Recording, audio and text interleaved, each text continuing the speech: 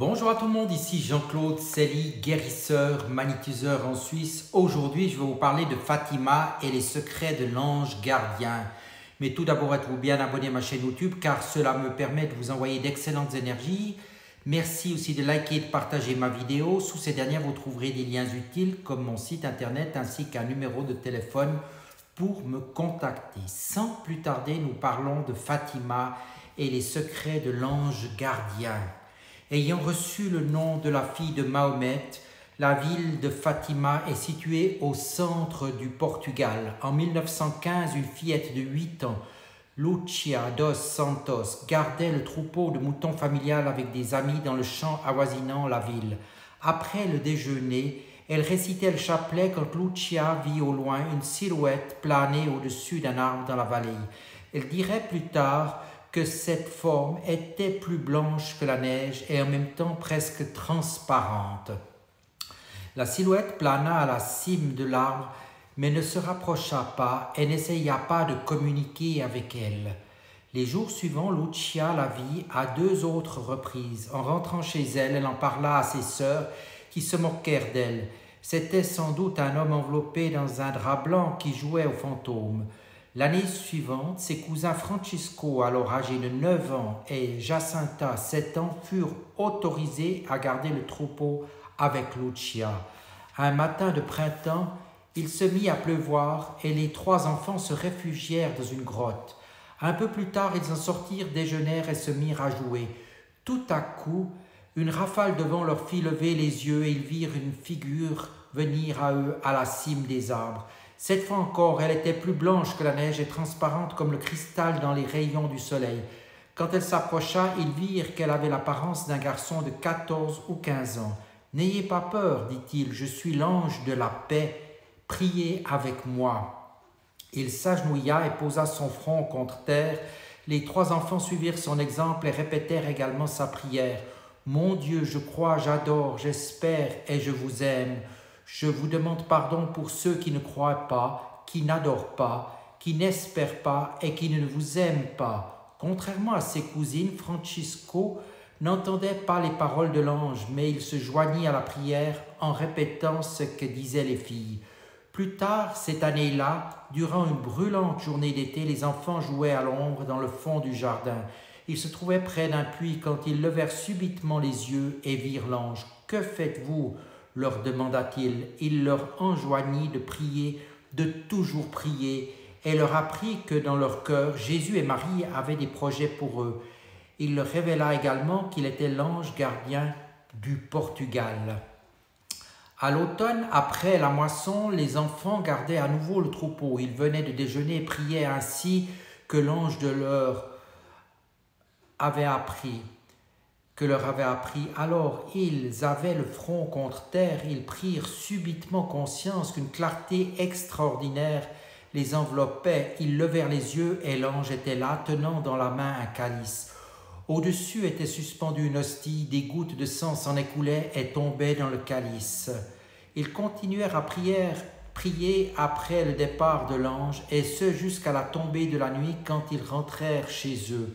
L'année suivante, le dimanche 13 mai, après la messe, les 3 bergers gardaient à nouveau leur troupeau quand ils virent ce qu'ils prirent dans un premier temps pour un éclair.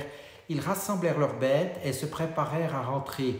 Puis une chose les frappa, il n'y avait pas un nuage dans le ciel. Ils virent alors un second éclair, puis une femme vêtue de blanc, enveloppée d'une lumière vive en train de planer au-dessus d'un petit chêne.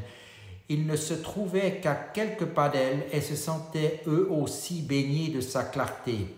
« N'ayez pas peur, dit-elle, je ne vous ferai aucun mal. D'où venez-vous » lui demanda Lucia. « Je suis du ciel, qu'attendez-vous de moi ?»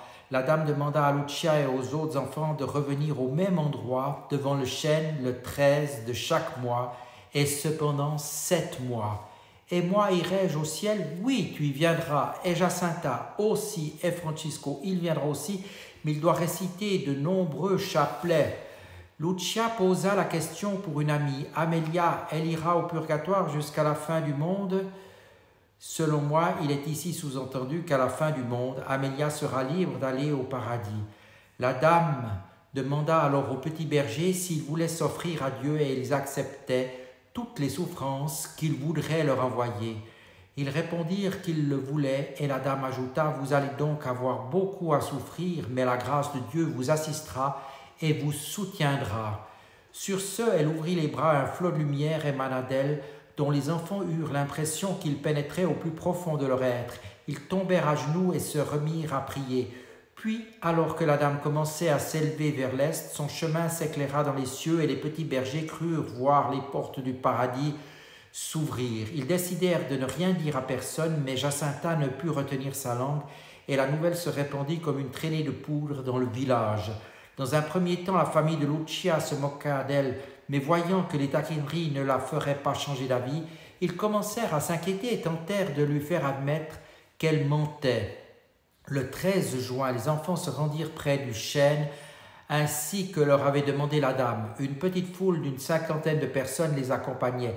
La dame apparut et recommanda à Lucia d'apprendre à lire. Lucia lui demanda la guérison d'un garçon de sa connaissance qui était malade et la dame lui répondit qu'il guérirait, s'il se convertissait dans l'année.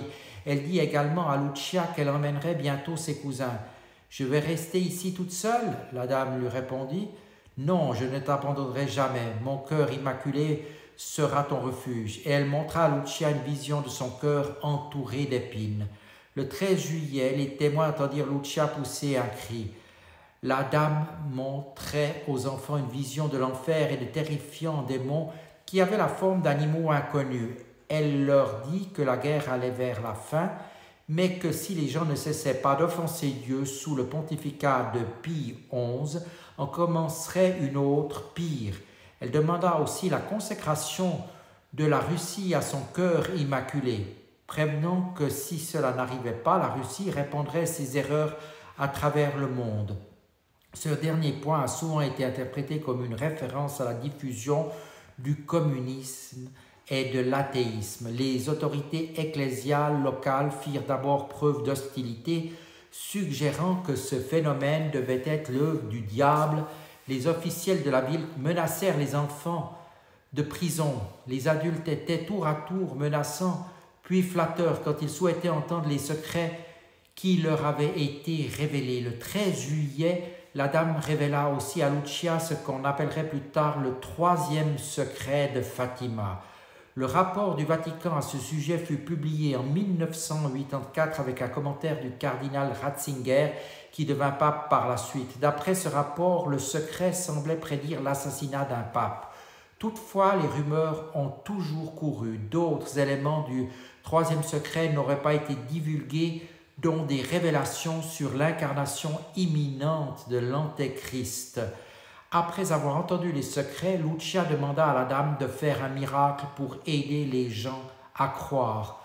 Le 13 août, les enfants ne purent honorer leur rendez-vous car les autorités les emprisonnèrent brièvement.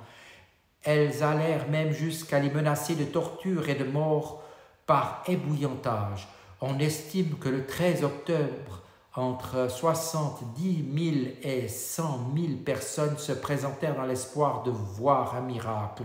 L'attente était à son comble et la mère de Lucia craignait que les enfants se fassent attaquer si aucun miracle ne se produisait. Il pleuvait à torrents ce jour-là. Les photos montrèrent une mer de pluie et de parapluies. La dame apparut aux enfants et leur annonça la fin proche de la guerre. Bientôt les soldats rentreraient chez eux. D'après le récit de Lucia, le sol boueux n'empêcha pas les gens de s'agenouiller. Elle leur demanda de fermer leurs parapluies, puis les enfants eurent une vision de la dame avec Saint Joseph et l'enfant Jésus, qui firent tous deux le signe de la croix, bénissant le monde. Soudain la vision s'évanouit et Lucia se sentit poussée à s'écrier « Regardez le soleil !» Les témoins se rendirent compte qu'ils pouvaient regarder directement le soleil qui venait à percer les nuages. Ils purent continuer à le fixer alors même qu'il brillait de plus en plus. Subitement, l'astre se mit à tourner sur lui-même, telle une pièce sur sa tranche. Ce prodige fut observé à plus de 100 km à la ronde. Certains témoins diraient qu'il évoquait une roue de feu d'artifice. Des photographies montrent la foule lever les yeux vers ce miracle, les corps et les visages baignés d'une lumière intense dont la couleur varièrent à tout instant. Quand ils se regardèrent les uns les autres, ils virent qu'ils étaient eux aussi peints des couleurs de l'arc-en-ciel qui changeaient, se transformaient constamment.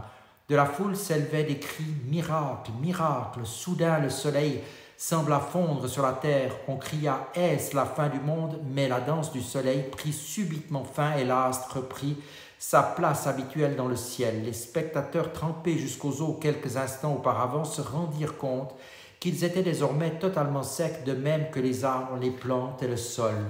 Le docteur José Maria de Almeida Garrett, professeur à la faculté de sciences de Coimbra, au Portugal, assista ce jour-là au phénomène et en fit plus tard le récit suivant. À 3 reprises, une fine colonne de fumée bleutée s'éleva au-dessus de la tête des enfants, se prolongeant jusqu'à 2 mètres au-dessus d'eux, avant de s'évanouir.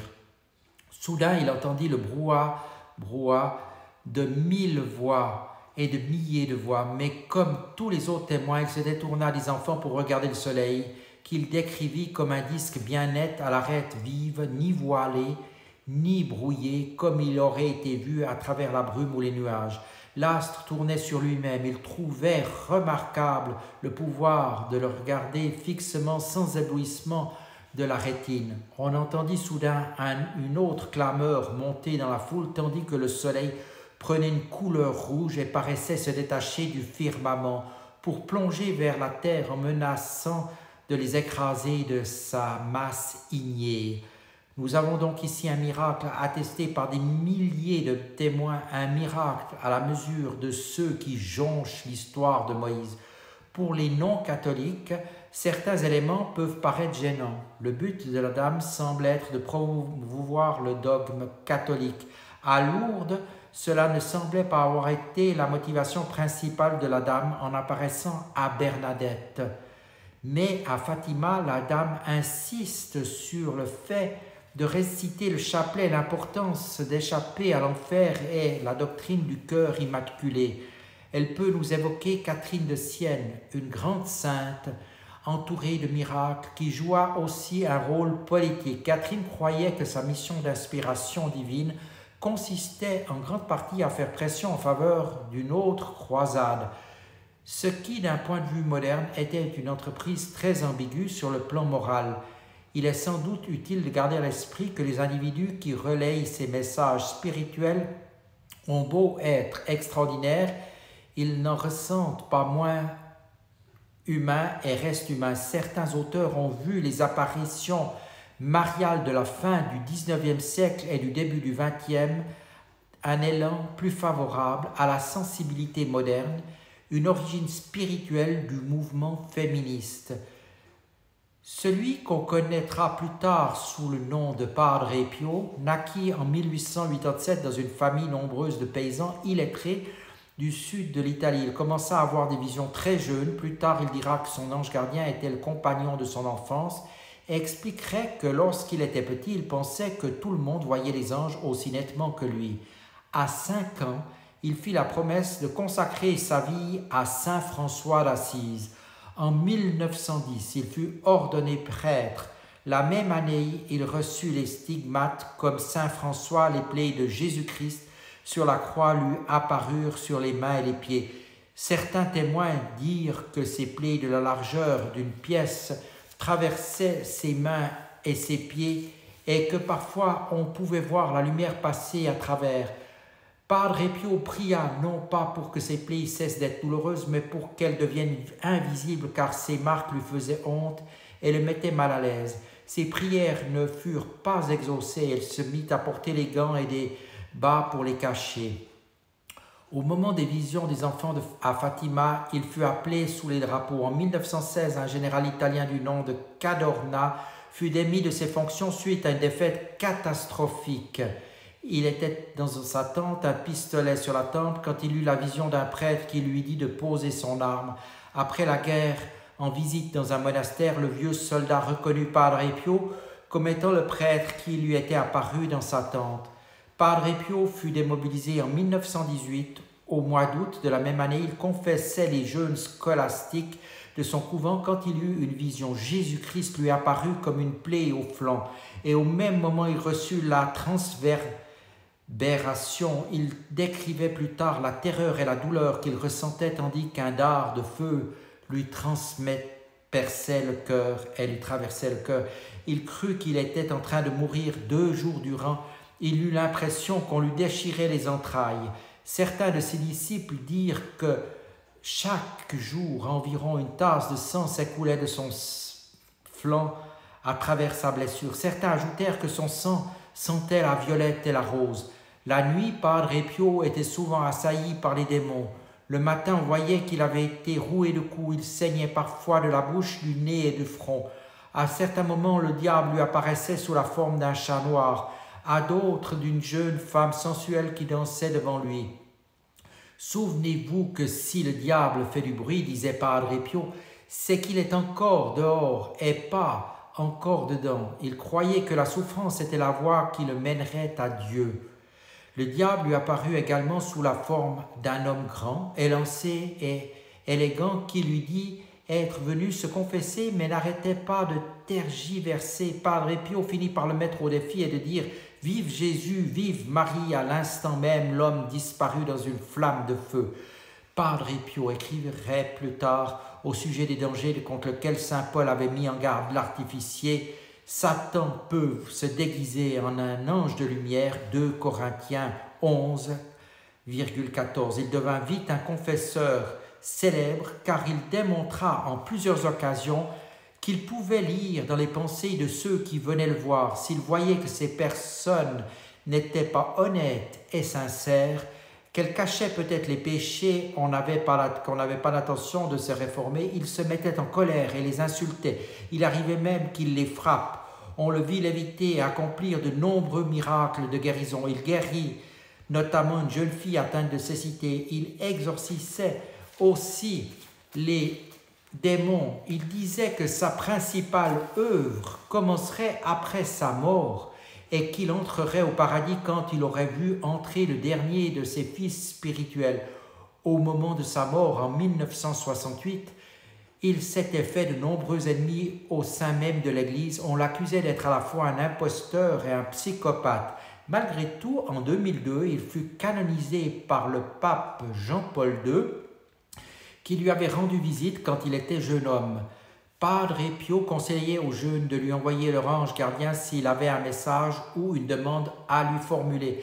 Un avocat nommé Attilio de Sanctis lui raconta une chose extraordinaire qui lui était arrivée. Il s'était endormi au volant et avait malgré tout réussi à conduire sa voiture pendant 43 km sans accident. Padre Pio lui dit « Votre ange gardien a conduit la voiture ». Padre Pio parlait aussi de son propre ange gardien, dont il disait qu'il l'aidait souvent à apaiser ses souffrances. Nous avons vu que les chrétiens évoquent leur ange gardien depuis le pasteur d'Hermas, écrit au 1er ou au 2e siècle. Mais le 20e siècle connut un véritable regain d'intérêt pour les anges. On commença à mieux décrire leurs qualités et leurs actions et à mieux les comprendre. Pie XI raconta à un groupe de visiteurs qu'il priait son ange gardien matin et soir, et souvent aussi pendant la journée si son travail devenait pénible. Il confia à un envoyé diplomatique du Vatican un très beau secret. Quand il nous arrive de devoir parler avec une personne difficilement accessible à nos arguments et avec laquelle notre langage doit avoir un ton d'autant plus persuasif, nous recourons à notre ange gardien, nous lui recommandons l'affaire, nous lui demandons d'intervenir auprès de l'ange gardien de la personne que nous allons rencontrer.